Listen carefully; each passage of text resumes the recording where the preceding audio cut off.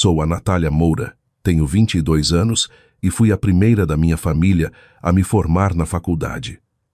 Depois de conciliar as aulas com 2 empregos durante 4 anos implacáveis, meu dia de formatura finalmente chegou. Mas, em vez de ver meus pais acenando na multidão, recebi uma mensagem de texto de última hora. Desculpa, querida. O churrasco da final do campeonato na casa dos Martins é hoje. Você sabe como seu pai é fanático. Caminhei por aquele palco sozinha, diploma na mão, sorri para a câmera fingindo que estava tudo bem e depois chorei no meu carro até minha maquiagem derreter. Aquele momento me quebrou, mas depois mudou tudo. Vou contar como reconstruir minha vida a partir dessa decepção. Deixe um comentário dizendo de onde você está assistindo. Se sua família já te decepcionou quando você mais precisou, inscreva-se e fique comigo, porque às vezes ser deixado para trás é exatamente o que nos empurra para a frente. Nasci e fui criada em um lugar onde os sonhos raramente passavam da porta da cozinha. São Bernardo do Campo, no ABC Paulista.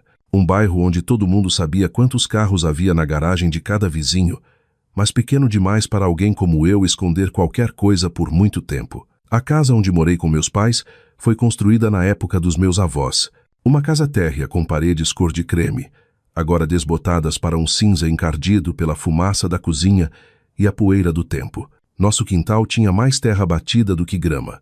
O portão de ferro estava enferrujado e o trinco sempre emperrava, fazendo um barulho metálico familiar toda vez que eu escapava para a biblioteca pública. Não éramos pobres a ponto de passar fome, mas nunca soubemos o que era conforto.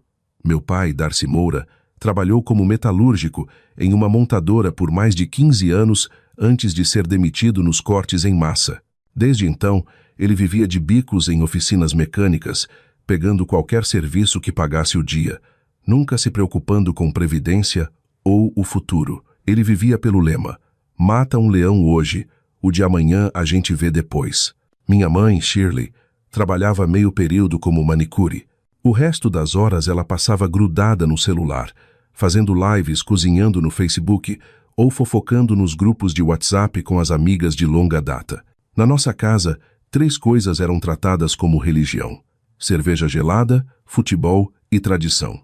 Eles não liam livros, não assistiam ao noticiário, a menos que fosse o programa esportivo da hora do almoço, e nunca iam a uma reunião de pais e mestres, a menos que fosse uma emergência de última hora. Quando eu trazia um certificado da Escola Honra ao Mérito, primeiro lugar em redação, notas perfeitas em matemática, minha mãe olhava, assentia e continuava trocando de canal.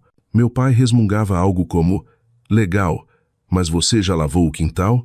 Aprendi cedo que eu não pertencia àquele lugar. Eu não gostava de futebol. Eu não era boa em conversa fiada e não tinha interesse naquelas reuniões de família de fim de semana que giravam em torno de quem reformou a laje ou de quem estava endividado por causa de um carro novo. Em vez disso, eu amava livros, qualquer coisa com palavras, com conhecimento. Eu devorava textos de economia, lia romances no banheiro para evitar ser zoada. Estudei a crise financeira de 2008, quando tinha apenas 13 anos. Mergulhei em termos como análise de risco, investimento sustentável e finanças comportamentais, coisas que ninguém ao meu redor jamais tinha ouvido falar. Eles me chamavam de CDF, de esquisita. Uma vez, meu pai disse aos amigos na minha frente: parece que essa menina nasceu na casa errada. Alguém riu. Eu ri também, mas por dentro parecia uma facada no estômago. Não lembro a última vez que meus pais perguntaram: você está bem? Ou mesmo algo simples como: o que você está pensando? As refeições em família eram sempre abafadas pelo som da TV. Toda vez que eu tentava falar sobre algo que aconteceu na escola, minha mãe me cortava com algo como: me conta depois.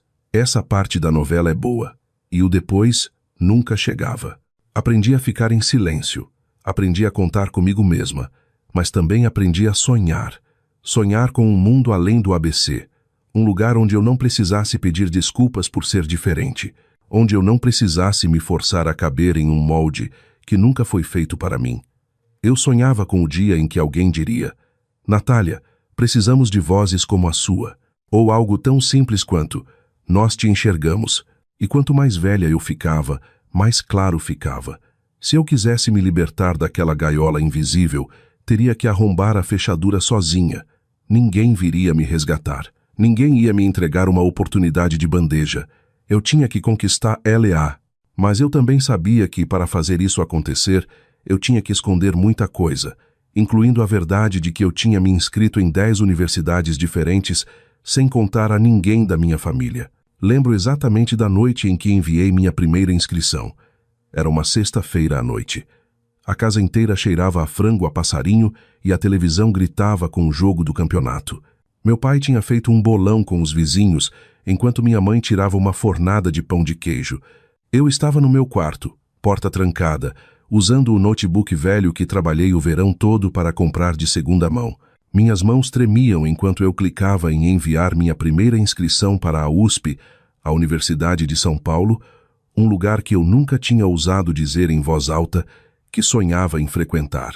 Enviei 10 inscrições no total, todas feitas em segredo tarde da noite, quando a casa dormia, sob o brilho fraco da minha luminária de mesa, com a TV zumbindo baixinho na sala. Usei a isenção de taxa que consegui com a orientadora da escola pública, cacei cada pequena bolsa e auxílio estudantil que pude encontrar. Eu sabia de uma coisa com certeza. Sem ajuda financeira e moradia estudantil, eu nunca sairia de São Bernardo. Escondi as cartas de resposta debaixo do meu colchão. Quando a aprovação da USP chegou, confirmando minha vaga e o auxílio moradia, segurei o papel em minhas mãos por quase uma hora, incapaz de acreditar que era real. Todo o esforço que eu tinha colocado havia valido a pena. Imaginei compartilhar o momento com minha família. Imaginei minha mãe me abraçando, meu pai dizendo algo como: "Essa é minha garota inteligente." Mas no fundo, eu sabia que a realidade não se pareceria em nada com o sonho. E eu estava certa. Naquela noite, enquanto a família comia macarrão com salsicha morno, minha mãe tinha esquecido de desligar o forno. Abri o envelope, coloquei na mesa e disse: "Passei na faculdade, na USP. Consegui auxílio. Eu vou estudar em São Paulo." Minha mãe levantou os olhos do celular, erguendo uma sobrancelha como se eu tivesse dito algo absurdo. "USP? Aquela universidade cheia de gente rica e bagunça? Você planeja mesmo sair de casa?" Meu pai riu, mastigando o macarrão antes de acenar com a mão com desdém. "Aquilo lá é coisa de quem não quer trabalhar." "O quê? Você acha que é algum gênio agora? Termina esse curso e vai acabar desempregada aqui de volta, igual aos filhos da vizinha." Então ele se virou para minha mãe sorrindo. "Te falei que essa menina lê demais." Fritou o cérebro. Sentei lá, ainda segurando a carta que momentos antes parecia um tesouro. "Eu não vou voltar. Eu só quero uma chance. Vou arrumar um emprego. Vou me virar sozinha." Minha mãe suspirou, cortando o pão enquanto resmungava. "E quem vai limpar a casa? Quem vai me ajudar com as compras? Você não pode simplesmente abandonar suas responsabilidades quando tiver vontade." Ninguém disse parabéns. Não houve abraços, nem sorrisos de orgulho. Tirei a mesa como fazia toda noite. Depois voltei para o meu quarto, fechei a porta e sentei no chão. Minhas emoções giravam como uma tempestade. Parte alegria, parte tristeza, parte raiva, parte exaustão. Mas, mais do que tudo, senti decepção. Não porque rejeitaram meu sonho, mas porque nem tentaram entendê-lo. 3 meses depois, recebi o e-mail oficial confirmando minha vaga no alojamento estudantil. Comecei a me preparar silenciosamente. Peguei um bico numa pizzaria para economizar o pouco que podia. Garimpei livros usados em sebos e empacotei o essencial em caixas de papelão que peguei no supermercado local. Na manhã em que parti, o céu estava cinza pela chuva da noite anterior. Meu pai ainda estava dormindo quando arrastei minha mala até a porta. Minha mãe estava absorta em um debate no Facebook sobre uma receita de bolo. Eu disse: "Estou indo agora." Mas ninguém olhou para cima, apenas uma voz vinda de trás: "Não vá gastar dinheiro com bobagem." Fechei a porta atrás de mim, arrastando minha mala pela calçada irregular que percorri 1000 vezes quando criança. Cada passo parecia mais pesado que o anterior. Ninguém foi se despedir. Ninguém me abraçou. Ninguém disse: "Estamos orgulhosos de você." Mas continuei andando até o ponto de ônibus. Eu não sabia o que me esperava na cidade universitária. Mas eu sabia de uma coisa com certeza: eu não podia voltar. Não se eu ainda quisesse me tornar quem eu deveria ser. Cheguei em São Paulo numa manhã de agosto, com a garoa fina ainda agarrada ao asfalto e o barulho incessante da metrópole. O alojamento ficava longe do ponto final do ônibus. Então arrastei minha mala barata pelas calçadas quebradas, o peso não apenas dos meus pertences, mas de uma solidão que começava a se infiltrar nas minhas juntas. O quarto que me designaram era pequeno, no segundo andar do bloco residencial, apenas uma cama de solteiro, uma mesa e um armário de madeira velho. Dividi o quarto com a Priscila, uma estudante de direito do 3º ano, vinda do interior, afiada, organizada e tão direta que me intimidou no início. Mas a Priscila também foi a primeira pessoa a me fazer uma pergunta que, na superfície, parecia simples.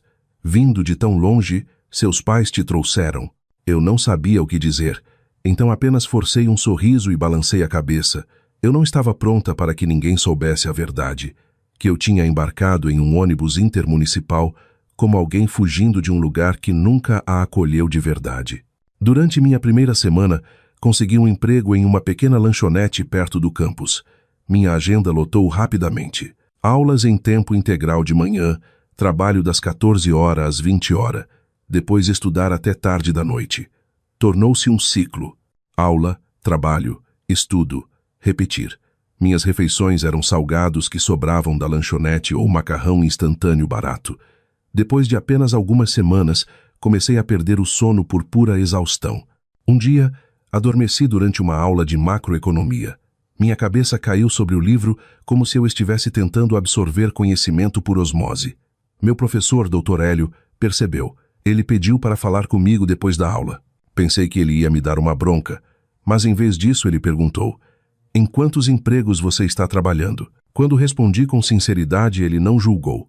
Apenas assentiu pensativo e disse: "Tenho uma vaga de assistente de pesquisa aberta. É principalmente entrada de dados. A bolsa não paga muito, mas os horários são flexíveis. Quer tentar?" Eu disse: "Sim", sem hesitar. Aquele trabalho me permitiu reduzir minhas horas na lanchonete e sentar em um escritório com ar-condicionado pelo menos algumas tardes. Foi também na aula do Dr.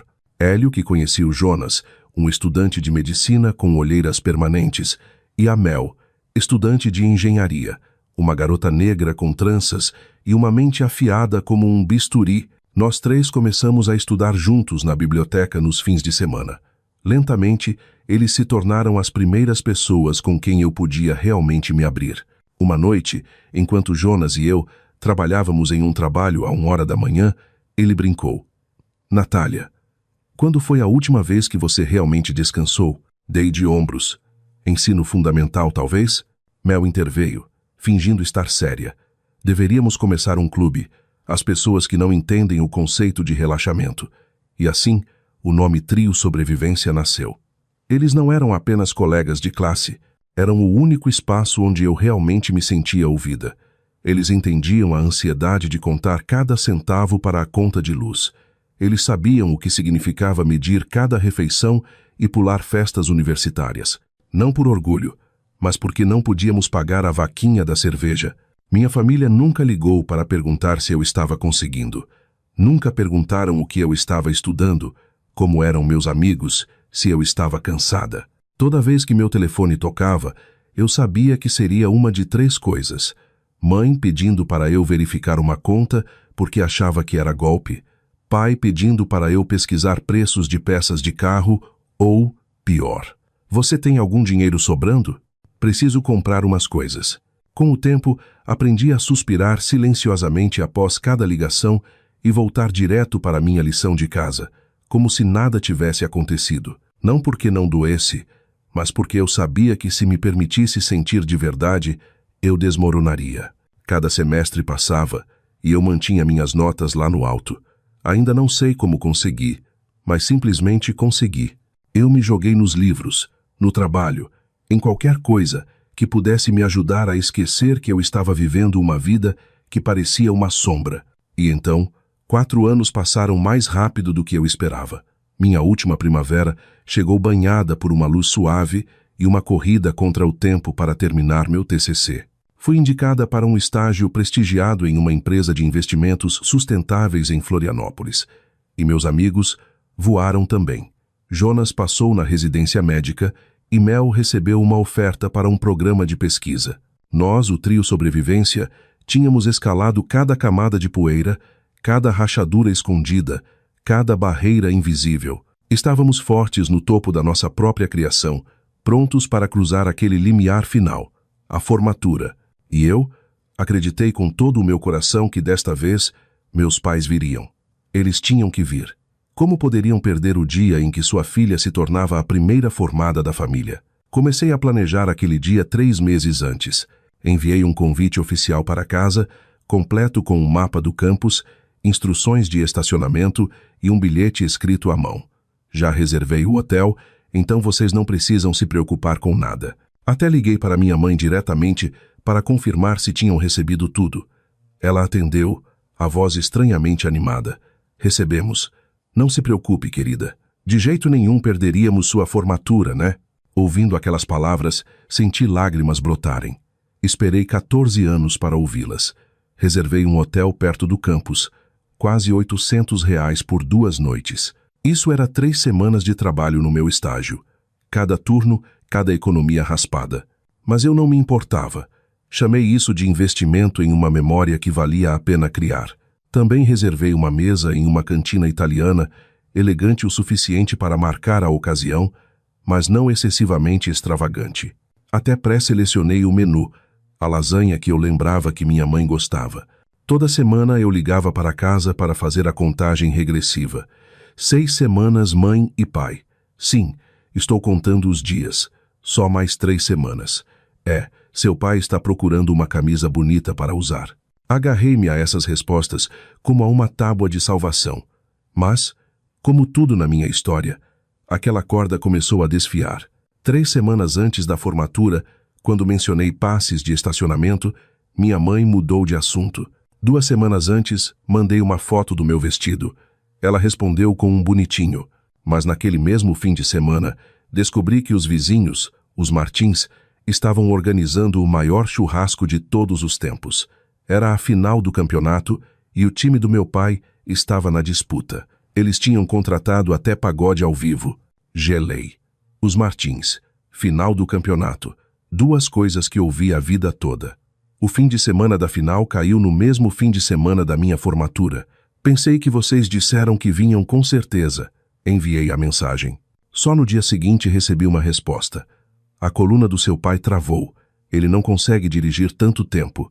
Você sabe que eu não dirijo em estrada, e a vizinha pediu para eu fazer o pavê dela. Ela está contando comigo. Encarei a tela. Minha mão apertou o celular tão forte que ficou pálida.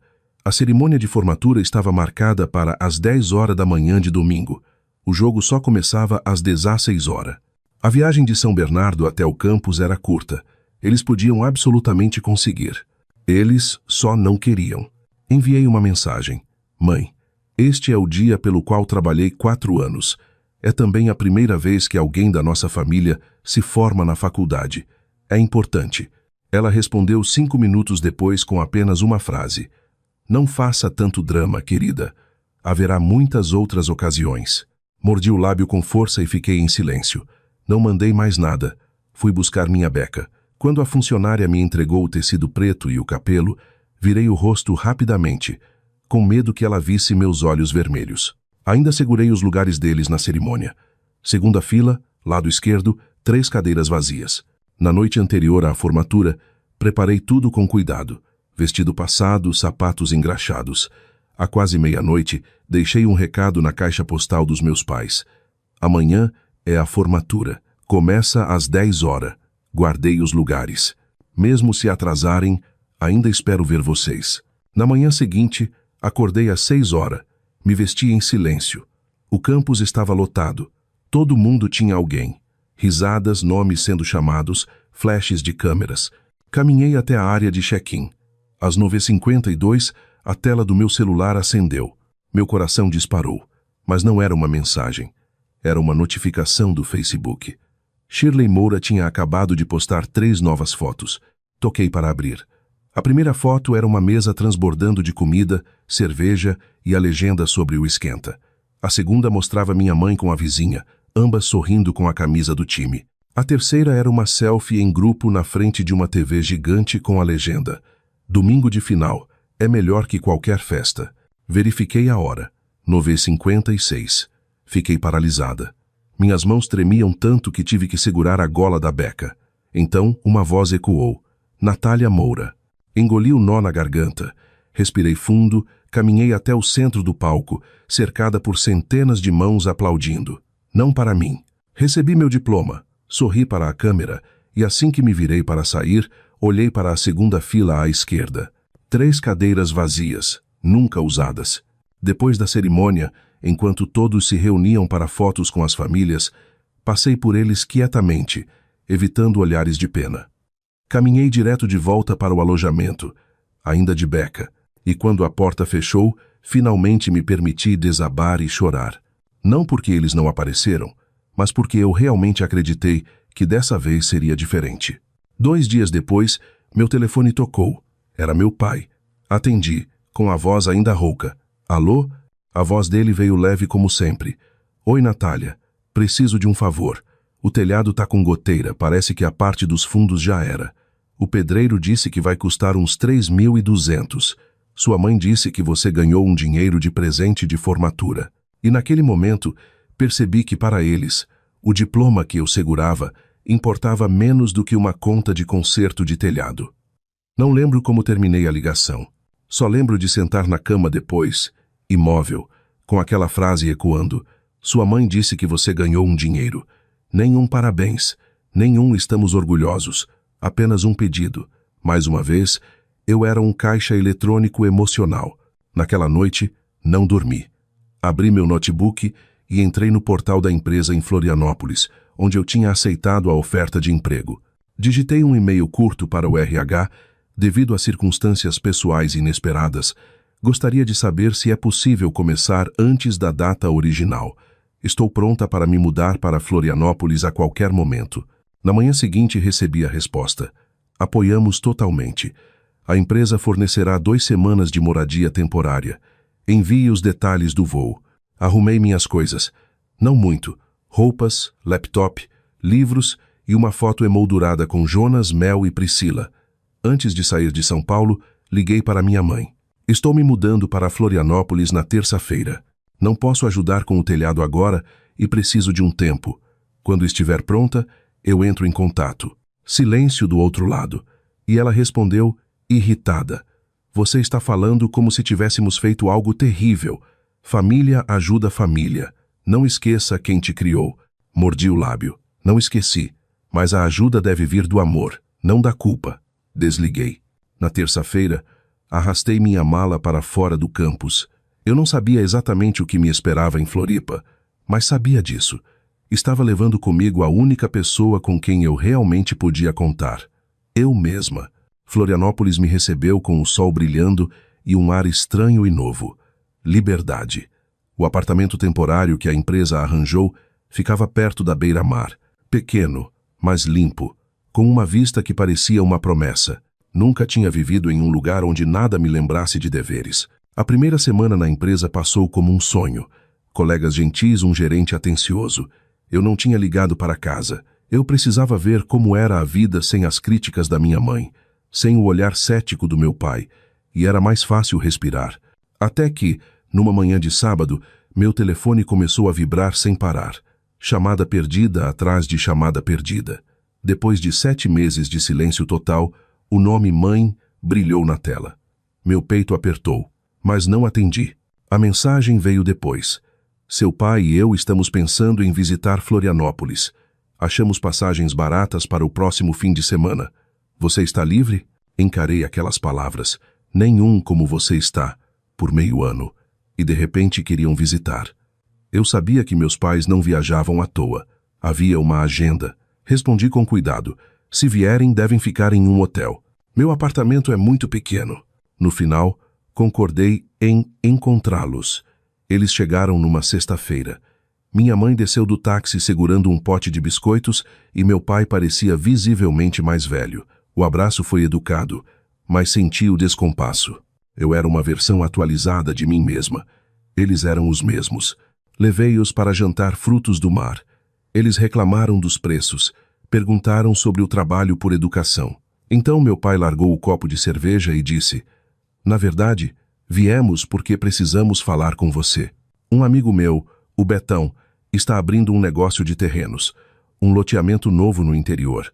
Se ele conseguir uns 5.000 de entrada, disse que você pode entrar como sócia. Pensei que com sua experiência em finanças, você veria o valor." Minha mãe interveio: "Claro, não estamos pressionando. Só achamos que seria uma ótima oportunidade de você ajudar a família." Olhei para eles. O casal que nunca me colocou à frente de um jogo de futebol, que me deixou andar naquele palco sozinha, e agora viajavam quilômetros para pedir dinheiro para um esquema de um amigo do meu pai. Coloquei as mãos na mesa, olhei nos olhos deles e perguntei: "Vocês vieram aqui por mim ou pelo dinheiro?" Silêncio. O ar ficou gelado. Minha mãe sorriu amarelo. "Querida, que coisa horrível de se dizer. Somos seus pais." Meu pai cruzou os braços, irritado. "Esse tipo de conversa é desrespeitosa. Viajei até aqui e você age como se fôssemos aproveitadores." Respirei fundo. "Não, pai. Estou tentando separar amor de obrigação.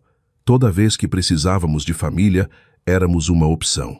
Mas quando vocês precisam de algo, viramos um dever. Nos meus 4 anos de faculdade, nunca ouvi um parabéns. Na minha formatura, esperei por vocês. 3 cadeiras vazias enquanto vocês postavam fotos de churrasco." Meu pai retrucou: "Você ainda é uma criança achando que sabe tudo. Eu suei para te criar." Minha mãe começou a chorar, sua arma de sempre. "Você é tão fria. Acha que não doeu quando você foi embora e nunca ligou?" Minha resposta veio calma: "Eu não fui embora.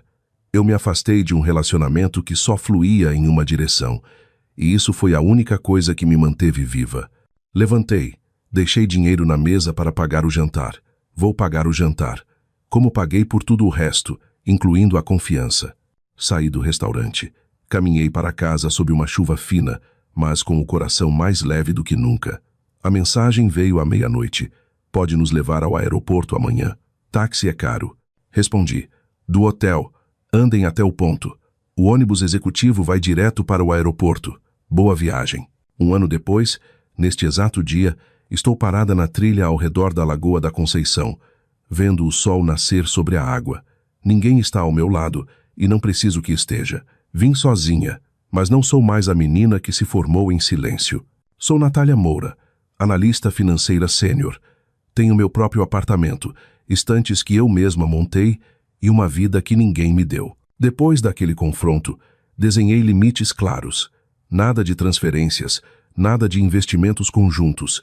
Envio cartões de aniversário, mas não sou mais o banco de reserva deles. Semana passada, fui convidada para ser mentora de estudantes universitários de primeira geração. Aceitei na hora. Hoje vou conhecer uma garota chamada Aline, do interior, cujos pais querem que ela desista dos sonhos por algo prático. Sorri ao ler a mensagem dela, porque me vi nela. Mantenho uma foto na minha sala. Eu na formatura com Jonas, Mel e Priscila. Família escolhida. Aqueles que nunca foram embora. Desbloqueei meu celular pela primeira vez em 1 ano e postei aquela foto de formatura publicamente. Apenas uma legenda curta. 1 ano depois, eu entendo. Caminhar sozinha não é fracasso. É o primeiro passo para a liberdade. Se você já se viu na beira entre o que sua família espera e o que seu coração deseja, saiba disso. Você tem o direito de escolher. Você tem o direito de se afastar, mesmo que tenha que caminhar sozinho. Não porque você é egoísta, mas porque você merece uma vida que não te pede para encolher, para caber na ideia de outra pessoa. Deixe um comentário se essa história fala com você. E se você está nessa estrada difícil, saiba que não está sozinho. Às vezes, a coisa mais corajosa a fazer é ir embora. Inscreva-se no canal para mais histórias de superação.